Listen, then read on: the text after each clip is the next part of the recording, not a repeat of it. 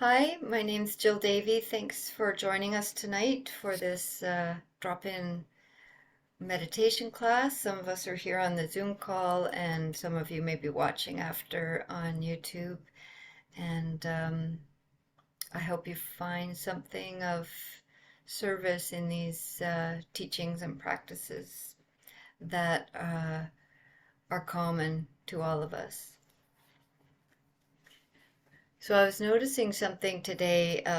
Just on Monday, I was teaching a class to beginners meditation group, and so in that class, we were sharing thoughts on beginner's mind and which is a phrase you've likely heard of around. Um, I just remembered I needed to mute everyone. Yeah.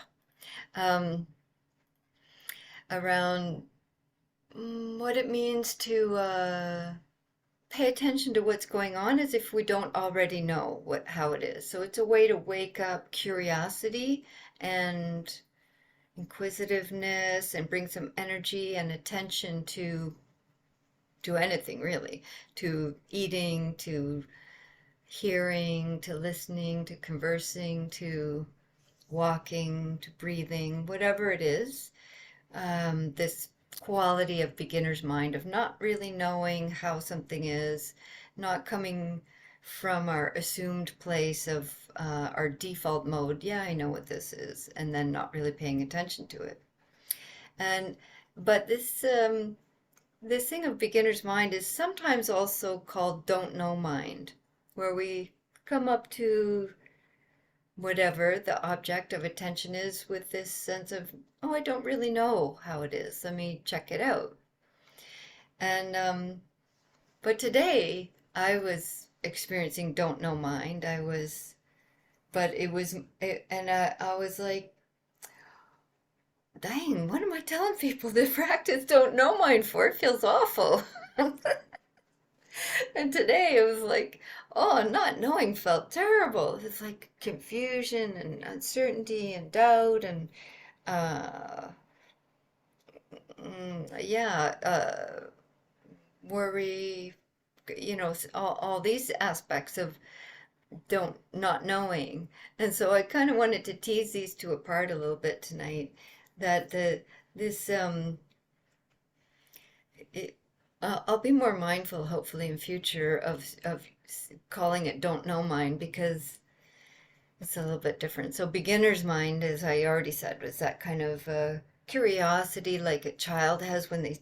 For me, I always think of like when I saw as a kid when I saw one of those bugs, praying mantis or a walking stick, and I remember my mind was just blown. Like, what is that? Never seen anything like it. I was like, it's a stick and it's walking. What's happening? I remember being so awake and so curious and just fascinated. I could watch it for ages. And it's that kind of feeling, beginner's mind. And to how do we bring that to something like a breath or a step or a raspberry?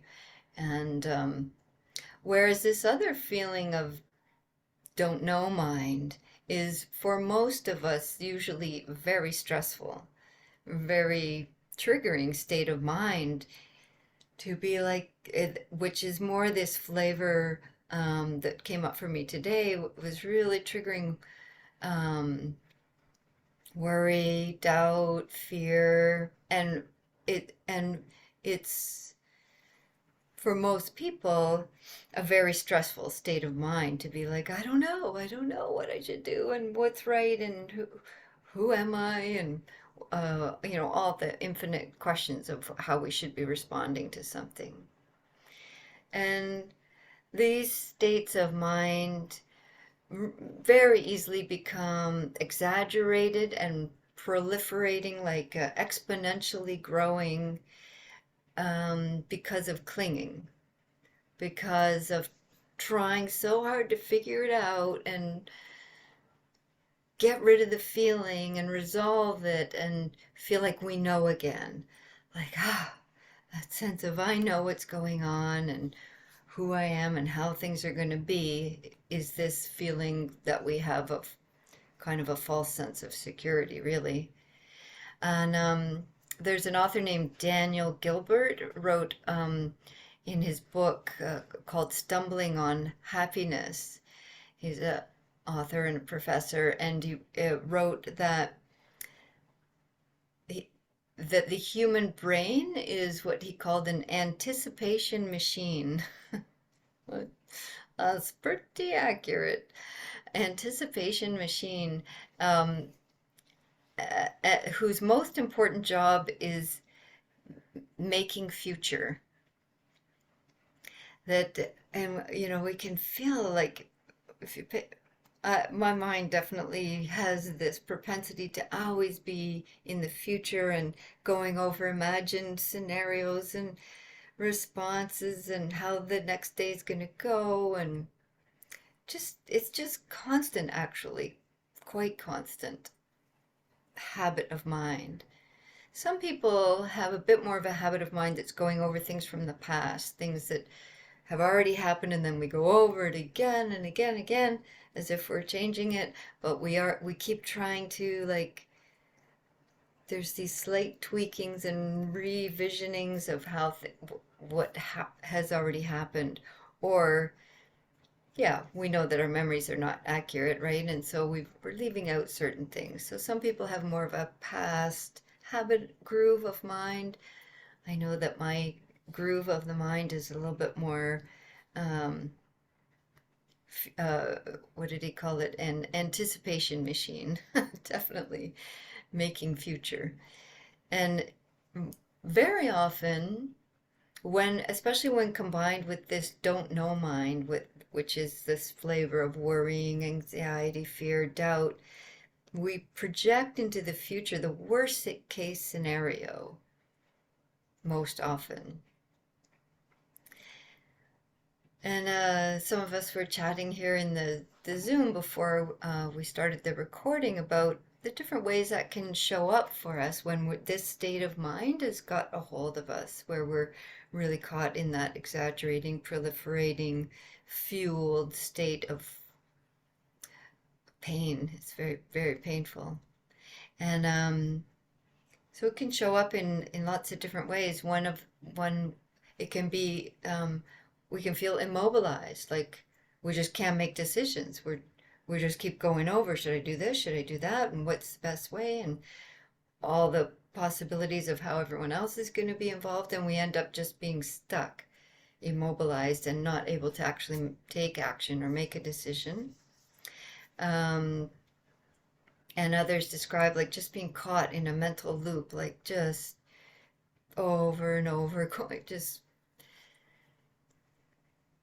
that's kind of that past type of worry where something maybe has happened and then we go over it again and again and again and again.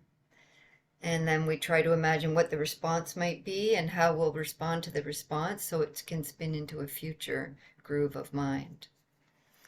And then the physical ways that this manifests, of like butterflies in the stomach, or the heart rate accelerated, the breathing tight or shallow, or kind of hyper breathing in the chest. Um, and this kind of also can feel like contraction and agitation at the same time, restlessness, and not really being able to complete one thing, just bouncing around here to there. The body feels restless, and at the same time, this contraction in the body, in the gut or the heart, in the jaw, in the mind. This beauty, anybody got one of these nice grooves here? That's a good one. I figured a lot of stuff out right there. Actually, nothing, but tried so hard. And it can show up, of course, we can't focus as well on if we do have something we need to do or accomplish or make decisions on. There's just a lack of clarity and focus. Yeah. And it's, we're not alone in this. It's so common. It's actually like epidemic, right? That most people are worried most of the time. Oh, that's such a sad thing to say. Oh my gosh. Most people are worried most of the time. Oh man, that feels very painful to say right now. Oh, and so our practice here this evening is turning towards this being, this this heart, mind, body, which is the only one that we can really affect. We can't we can be a support to others in their worry or try to help them with some grounding or resourcing, but most of all, we need to do this for ourselves, attend to ourselves. And there's actually a lot of ways. So when I was reflecting on this in my own experience today, I was really, it felt like a combination of two of the classical meaning, extremely common hindrances of meditation.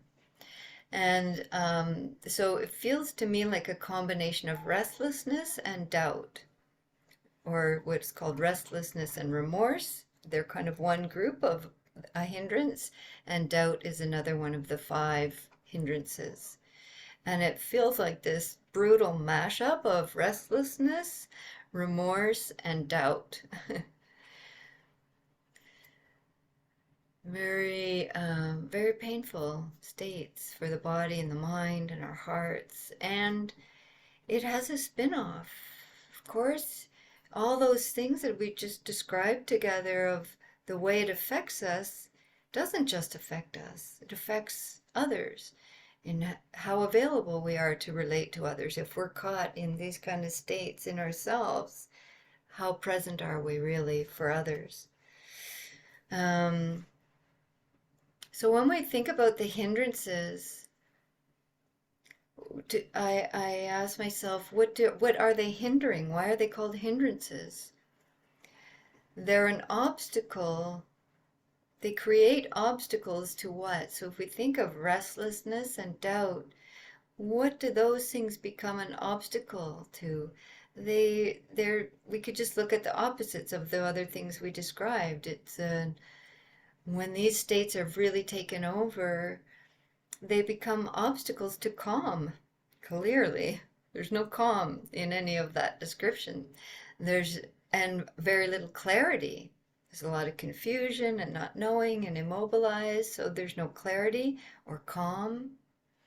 And if there's no clarity, and there's also very little compassion. Some of us described, how hard we are on ourselves. We're just like going over it and being harsh on ourselves over something that has happened or something we're worried about is going to happen. So there's pretty much a lack of compassion, self-compassion, probably a lack of connection. Are we really available to be heartfully aware of others when we're caught in these states? So there's lots of, it can be a hindrance to mindfulness. I mean, we can just be mindful of these hindrances, and as we were describing, how it's showing up in the body. But often when we're really caught in it, we're not so mindful at the time. We're just like looping. Yeah, so some of the antidotes to these two hindrances, um, the first kind of go-to antidote to the hindrance of doubt is that's usually referring to the doubt of understanding the Four Noble Truths, of understanding the cause of suffering and the ending of suffering and the way to the ending of suffering. And it's true that when we're caught, even if it's just worrying about something, we're not clearly seeing, oh, this is suffering. Where's the cause here? Oh, I'm clinging to something, usually me, how I want to show up, how I want to be, how I want to be seen and known and understood. And so when I'm caught in that, I'm not seeing clearly the suffering and the cause of suffering and consequently the ending of suffering, the ending of clinging to that. Um, so the antidote to doubt is usually to inquire, to ask, to study more, to reflect, to check it out. Because there's often other people involved, right? When we're there's something, it's often related to other people. Does, and it can also just be with ourselves, just doubting ourselves and our own abilities and who we are and that kind of thing. But sometimes that's triggered by others. And so it's encouraged to ask, find out, talk to a support or a friend or someone that you can check it out. Like, is this true? Um, Studying the Dharma is considered an antidote to doubt as well. And so I ask myself sometimes when I remember, is it true? And wait, I go, yeah, it's true. Is it really true? Well, maybe not. Maybe they don't see it that way. Could be I'm just like really going for it in my mind. And then I ask myself, if it is true, is there um something I can do about it? Is there a remedy? Is there a conversation? Is there some way to be compassionate with myself right now? These kind of things. Another way I inquire with myself is I found myself asking myself today, well, what do I know? If I don't know about this situation or um, something that has happened or I think is going to happen, and I'm wondering how is it going to go and what decisions should I make? And then if I feel I'm really caught in not knowing, I don't know, then I ask myself, well, what do I know? Well, I know this breath, this ground, this step, this taste. It always comes back to the body. This I do know. I know my intentions, so asking that can be another way that could be helpful. What do I know when you feel really caught in thinking you don't know anything? And so part of what I was pointing to there is another antidote here, which is the body grounding, coming into the body, because you can feel even in our descriptions together, all the energy comes up, rises up, right? Into the belly, into the chest, into the muscles in the neck, into the breathing mechanisms, um, and all this rising energy up into the head and this like monkey mind, or what's sometimes called drunken monkey mind, where they're swinging through the trees of the mind, screeching all of our thoughts like, oh, what about, what if? And all that upward energy, the antidote obviously could be grounding. Where am I actually? Oh, actually, there's a foot on the ground and a butt in a chair, and wherever the body is in that moment is like to actually feel the direct contact, the touch points. There's myriad other ways to ground in the body, and of course, walking, which I did today, walking meditation, standing meditation, or just even if you don't want to call it meditation, just walking, just move the body. Hopefully not pacing, because we were talking about how that kind of pacing energy where you're moving quickly back and forth just fuels that anxiety. But a longer or slower walk might be helpful. Sometimes we do need to dissipate that energy too, though, if it's like really ramped up in the body. That's why some people, I think it fuels a lot of long distance runners or people that are like, you often see this on a meditation retreat and people are like, I got to go for a run. I'm sorry, I just got to go for a run because there's so much energy. They just need to move some of that out of the body. So that can also be helpful.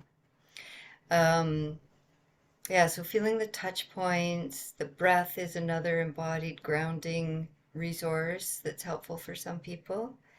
And there's lots of other practices like body scan or meditation on the elements, etc.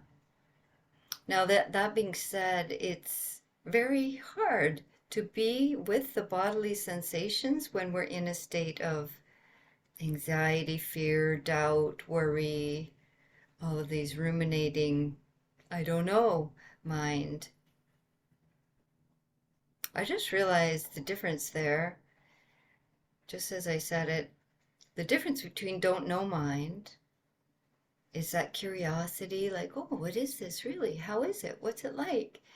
Is different than I don't know. Oh, that's so different. I don't know. There's where the doubt comes in, and the worry, anxiety, fear is because there's a big old I right in the center of it. I don't know. Wow. That makes a lot of sense for me. Maybe it does for you. Yeah. Um, so as I was saying, when we're in an I don't know place, uh, it can be really hard to be in the body, to be feeling or meditating or checking out the sensations in the body because it's very uncomfortable in there. It's all tied up and knotted up and vibrating and racing. And so that can be a very difficult practice. But there are ways to practice grounding in the body that don't go in so close, so tight to areas that are already activated. Something like just feeling the hands or feeling the feet. Hmm. Another antidote that I find personally helpful to this kind of mashup of restlessness, remorse, or worry and doubt is taking refuge. Reminding myself or chanting or saying to myself uh, that I take refuge in the teachings of the Dharma, the community of like-hearted, like-minded people that are on this path of awakening, liberating ourselves from suffering. And the example of the Buddha's awakening and our own internal Buddha nature. So reminding myself of refuge kind of gets me out of my own way sometimes. It can unhook me a little bit from the I in I don't know. Trusting. It has a great deal of trust in it to remind myself of that refuge.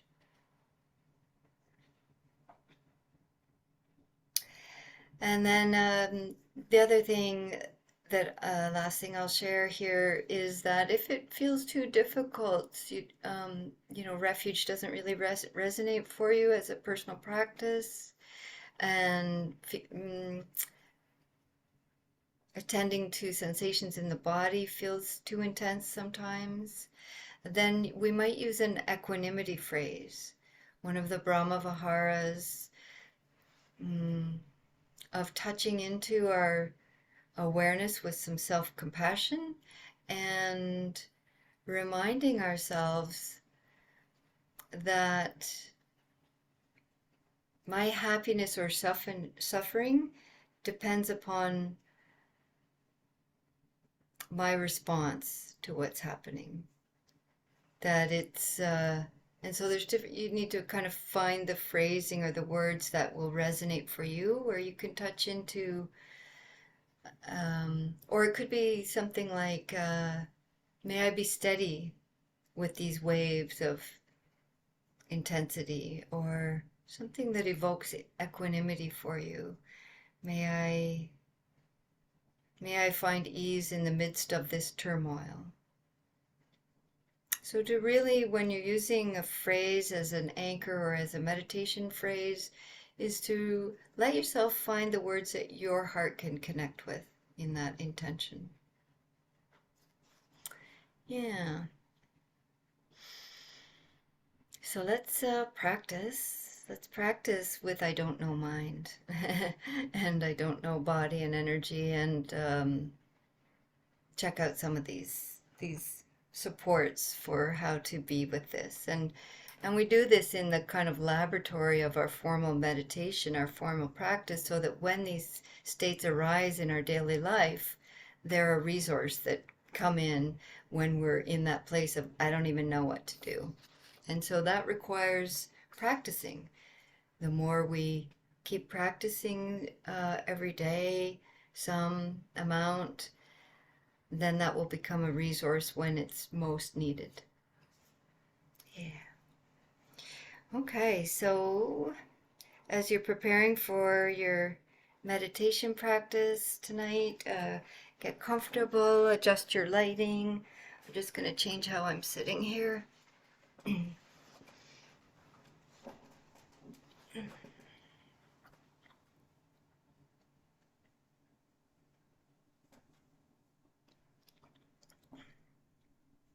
And we were talking earlier about one of the ways of grounding can be standing meditation or walking. So if you want to practice with one of those um, mindfulnesses of body, that might be helpful for you tonight. And if you're reclining or sitting, seeing what supports you need to be comfortable in the body.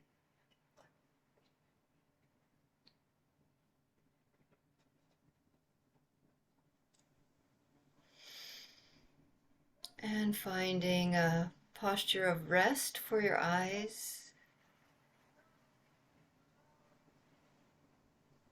And actually, I should say before resting the eyes, part of this restlessness and doubt can make us, we were talking about anxiety and fear and doubt.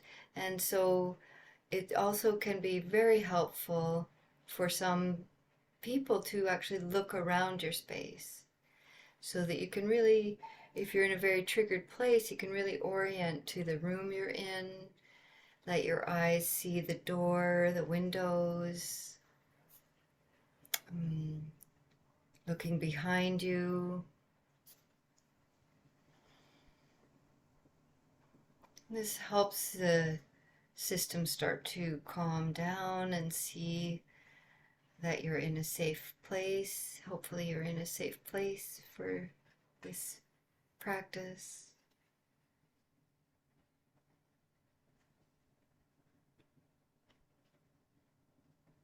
And so looking around if that's helpful to you, and then if or when you feel ready, then you might come into a place of resting the eyes downward or closed. But if you find it helpful to have your eyes open and just looking out a window or looking at something peaceful in your space, that's okay too.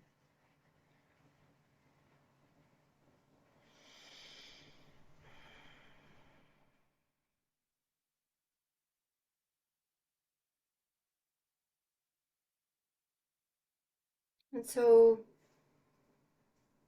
we begin just by letting the body land into what posture you're in.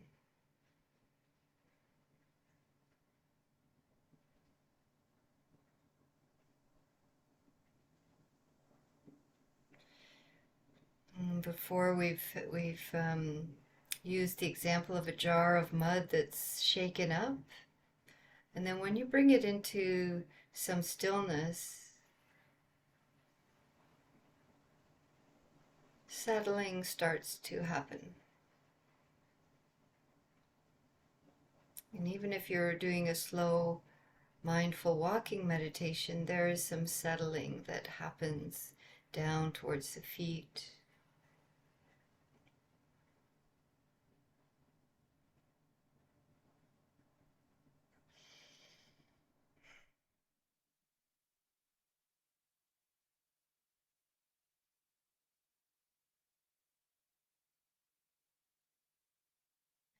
That settling happens and stillness. See if there's any areas that could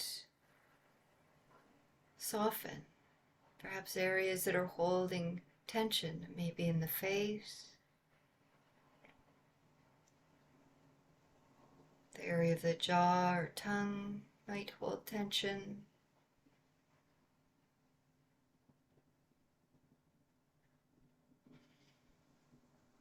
The neck and shoulders.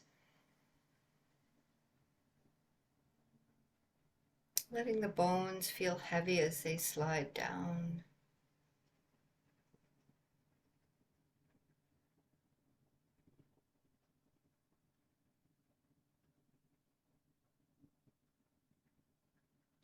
And see if there's any softness that can come to the hands or belly.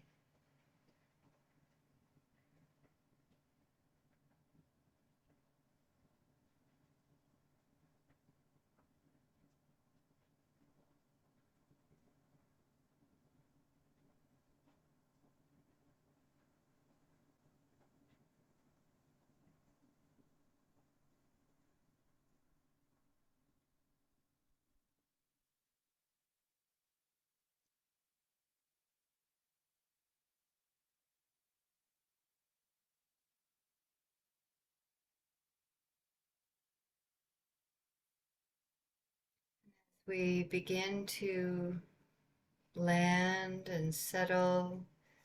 Could perhaps picture that jar with mud in it that's swirling and dark.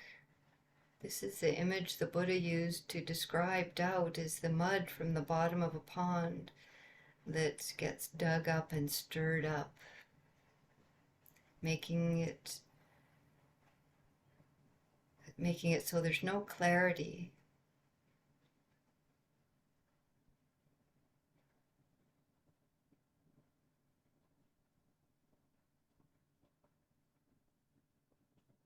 So as we place the body into stillness, it's like placing that jar on the counter, and we just watch everything settle down towards the ground.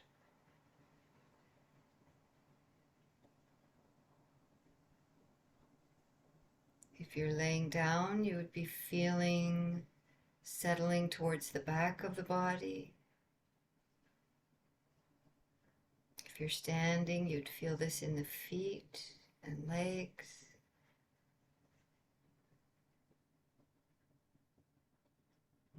And depending on how you're sitting, whatever part of the body is touching the support that you're on, just seeing all that muddiness settling down, grounding.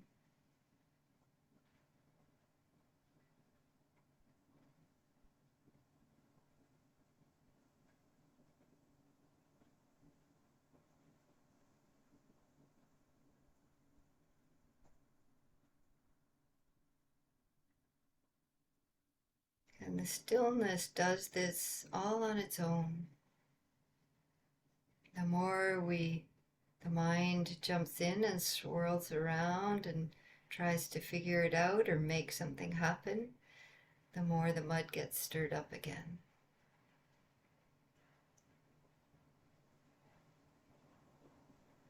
So in these next few minutes of silence, just feeling the actual touch points of body with ground.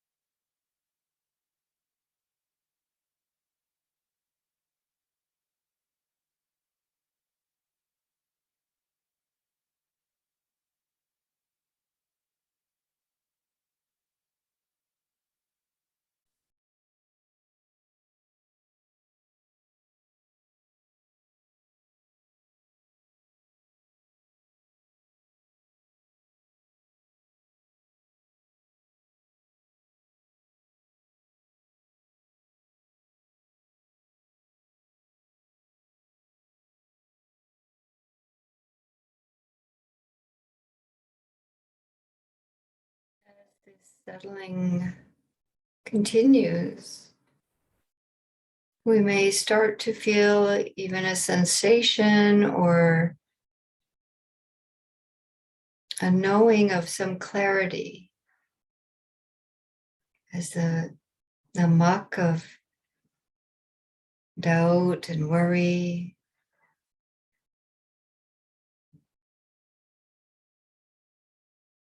settles. It creates some clarity.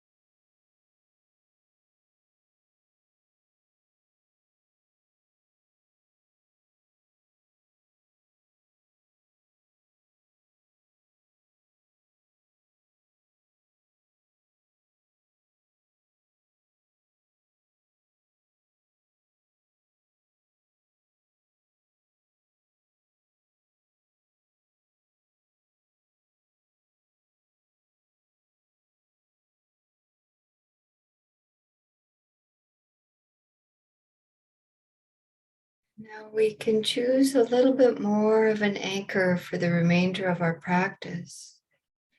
You might like to just stay with this whole body, grounding, settling, feeling the touch points. And some people might like a little bit more of a gathered anchor,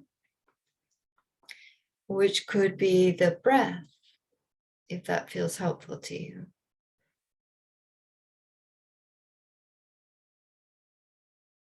And then the last anchor that might be supportive for you would be one of these phrases. To just feel into a phrase of equanimity that you wish to cultivate. May I be steady in this turmoil, or may I find settling or ease in the midst of not knowing.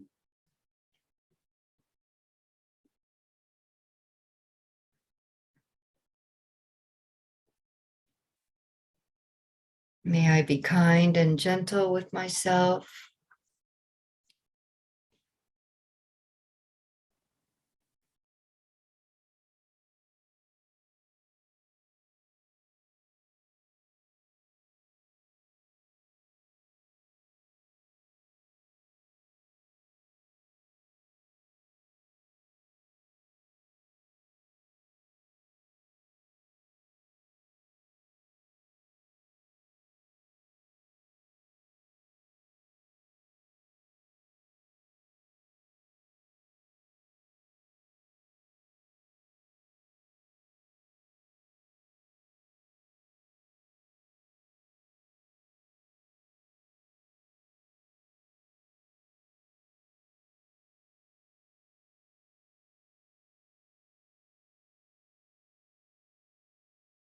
Silence, we might notice that the mind picks up again and starts to stir up the sediment with not knowing and confusion and am I doing it right? Everyone else seems to be getting it, and however it shows up, infinite ways. And so if we at some point notice feeling stirred up again, we gently begin again, just feeling the ground or using a phrase.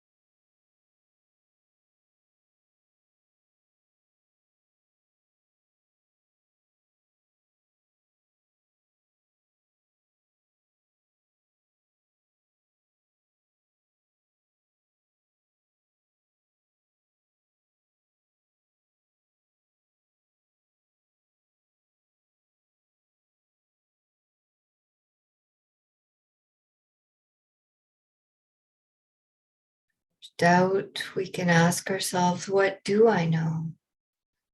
I know this body in the present moment.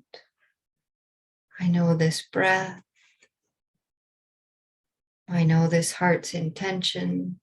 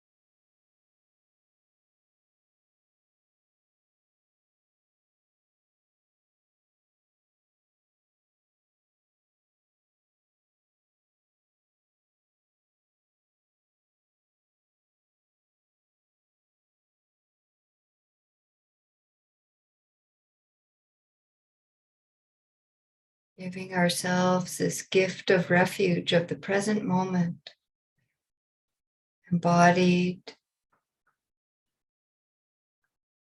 developing calm, developing clarity, developing clear seeing and wisdom.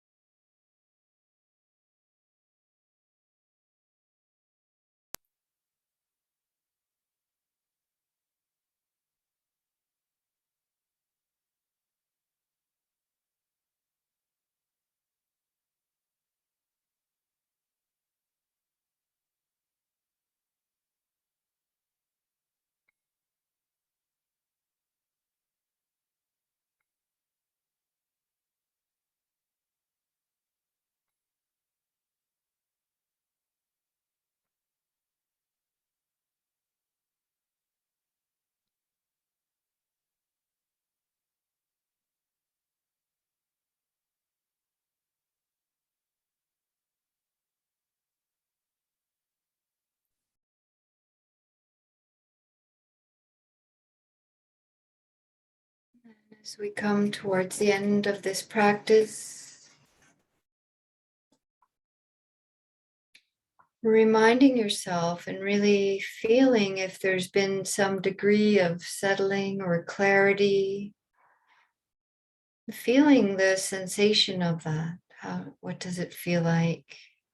Does it feel different than states of not knowing, worry, anxiety?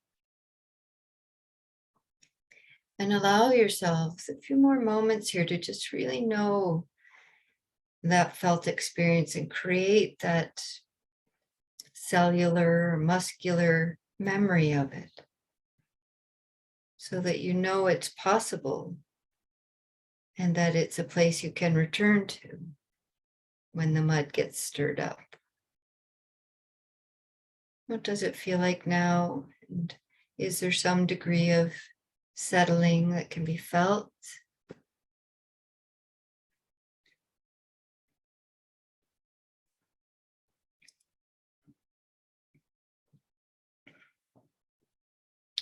And then when you're ready to transition from that practice in the way that's meaningful for you, some gentle movement or bow or gently opening your eyes when you're ready.